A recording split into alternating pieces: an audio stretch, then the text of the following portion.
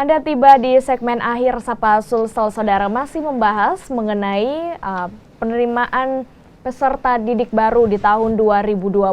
Saya ke Bapak Al-Hidayat sebagai anggota Dewan, memiliki fungsi pengawasan agar tidak terjadi KKN di ranah pendidikan seperti saat ini. Ya, jadi memang pendidikan itu harus independen. Tidak boleh ada intuisi-intuisi politik atau intuisi kepentingan-kepentingan pribadi. Ketika itu terjadi, dalam Perda Makassar juga sudah ada bahwa kemudian pendidikan itu harus independen. Tidak boleh terkait dengan kepentingan-kepentingan apapun, KKN dan lain-lain sebagainya. Terjadi KKN dalam kondisi pendidikan kemarin, sekarang karena tidak meratanya pendidikan yang ada di Kota Makassar.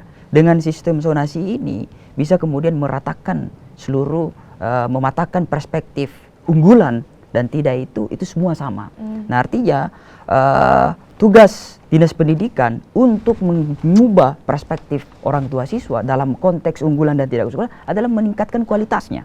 Dalam pendidikan ada kurikulum, dalam pendidikan ada sarana prasarana, dalam pendidikan ada guru dan siswa. Artinya yang harus dibangun ke depannya di DPRD Kota Makassar untuk memutuskan KKN atau memutuskan perspektif unggulan dan tidak adalah bagaimana membangun SDM guru, kesehatan guru, salary guru, dan tentunya SDM-nya guru.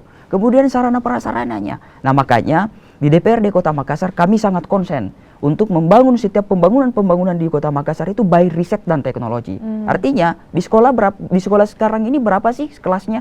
Berapa sih WC-nya? Biasanya toiletnya. Kadang-kadang di Dinas Pendidikan dibutuhkan adalah sekolah dikasihkan perpustakaan, padahal sudah ada perpustakaannya. Nah, inilah yang harus kita bangun dalam Dinas Pendidikan, litbangnya.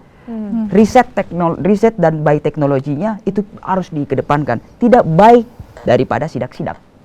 Paling penting adalah big datanya yang harus dibangun dalam pemerataannya. Karena kalau data juga tidak karu-karuan, itu tidak bisa membangun secara komprehensif merata. Karena ada kepentingan. Dulu, kalau saya tidak salah, prioritas pembangunan hanya sekolah unggulan sebelum zonasi. Tapi sekarang tidak bisa begitu lagi. Semua by riset dan teknologi. Ketika di sekolah tersebut sudah dapat bantuan, secara aturan Kemendikbud 2 tahun baru bisa lagi dapat. Artinya sekolah lain yang bisa dapat. Nah, inilah yang harus dimiliki di Pemda Kota Makassar, khususnya di pendidikan, data big datanya itu yang secara baik. Menurut kami seperti itu. Oke, berarti yang diharapkan adalah fasilitas semua sama, bantuan semua sama, karena tidak ada lagi sistem sekolah ini unggulan dan ini tidak unggulan. Oke, saya ke Ibu Amalia Malik. Setelah melakukan pendaftaran di website Mendikbud Kota Makassar, bukan di aplikasi di Disdik Makassar. Oh, di Disdik Makassar. Iya. Oke, Mas siswa ini harus daftar ulang lagi. Setelah itu kan biasanya kalau siswa sudah dinyatakan lulus, semangat nih untuk ke sekolah. Kondisinya sekarang seperti apa nantinya? Adakah hari pertama sekolah atau semuanya sekolah harus di rumah? Sampai saat ini kebijakan daripada pemerintah bahwa apabila zona hijau baru bisa dilakukan pembelajaran di sekolah.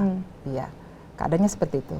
Zona hijau pun juga ada beberapa aturan-aturannya. Iya, jadi bertahap. SMA dulu, baru 2 bulan berikutnya baru SMP, 2 bulan berikutnya SD, baru TK. Seperti itu. Kalau terjadi kasus baru, tutup lagi sekolahnya. Seperti itu. Jadi sampai saat ini pembelajaran untuk tahun ajaran baru 2020-2021 sampai saat ini pembelajaran akan dilakukan di rumah secara daring. Termasuk siswa baru. Termasuk siswa baru. Ini yang kemudian menjadi tantangan ya untuk siswa baru ya. Secara psikologis harusnya dia bertemu dengan teman-teman di sekolah, teman barunya, bertemu dengan guru, kondisi baru, tapi ini harus di rumah. Tapi kita melakukan tetap masa orientasi, masa orientasi siswa ada, tanggal 20, 21, 22 tetap ada. Oke, daring walaupun atau secara daring. Oke. Secara daring.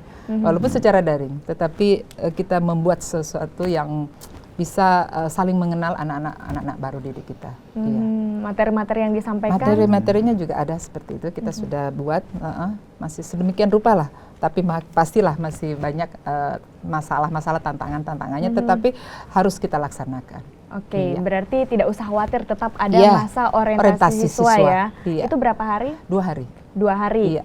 Oke, nah saya ke Pak Al-Hidayat terlebih dahulu, harapannya terkait dengan PPDB online atau full secara daring di Kota Makassar ini seperti apa? Ya, harapan kami sebagai wakil rakyat yang dipilih oleh rakyat, harapan kami jelas kita mau bagaimana seluruh siswa-siswi bisa terakomodir di sekolah publik yang sama ratanya, yang sama fasilitasnya, dan sama kualitas gurunya.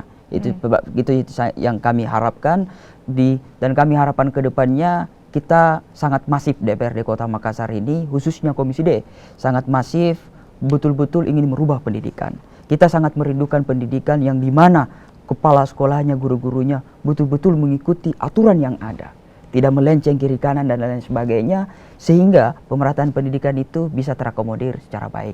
Itu harapan kami, dan kemudian harapan kami ke depannya juga sistem zonasi ini bisa berjalan secara baik, bisa dilakukan oleh seluruh guru-gurunya, karena apalagi dikatakan Ibu Kadis tadi bahwa setelah penerimaan siswa baru lewat sekolah daring. Artinya PR ke depannya adalah yang kita harus bangun dari DPR sebagai penganggaran dan pengawasannya adalah bagaimana guru yang baby boomers yang di atas 45 tahun itu dan guru millennials di atas 17 tahun yang cenderung memahami teknologi menurut UNESCO, tapi guru baby boomers yang cenderung tidak memahami teknologi dan yang paling sedihnya adalah malas lagi belajar. Nah, apalagi disitulah tantangan Dinas Pendidikan ke depannya, bahwa kemudian guru-guru yang baby boomers, guru-guru yang tidak memahami teknologi, apalagi menurut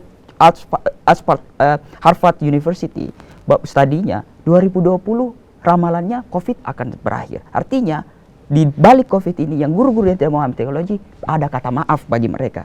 Tapi perlu dipahami 2020 menurut mereka akhir COVID-nya ini. Artinya semester berikutnya wajib untuk memahami, memfungsikan daring ataupun teknologi. Oke, berarti guru-guru harus terus meningkatkan kualitas mereka ya dalam mengajar dan pastinya juga mengetahui atau menguasai teknologi. Oke, saya ke Ibu Amalia. Singkat Bu, boleh disampaikan lagi terkait bagaimana cara mengakses aplikasi atau websitenya dan juga dari tanggal berapa sampai tanggal berapa jadwal PPDB ini?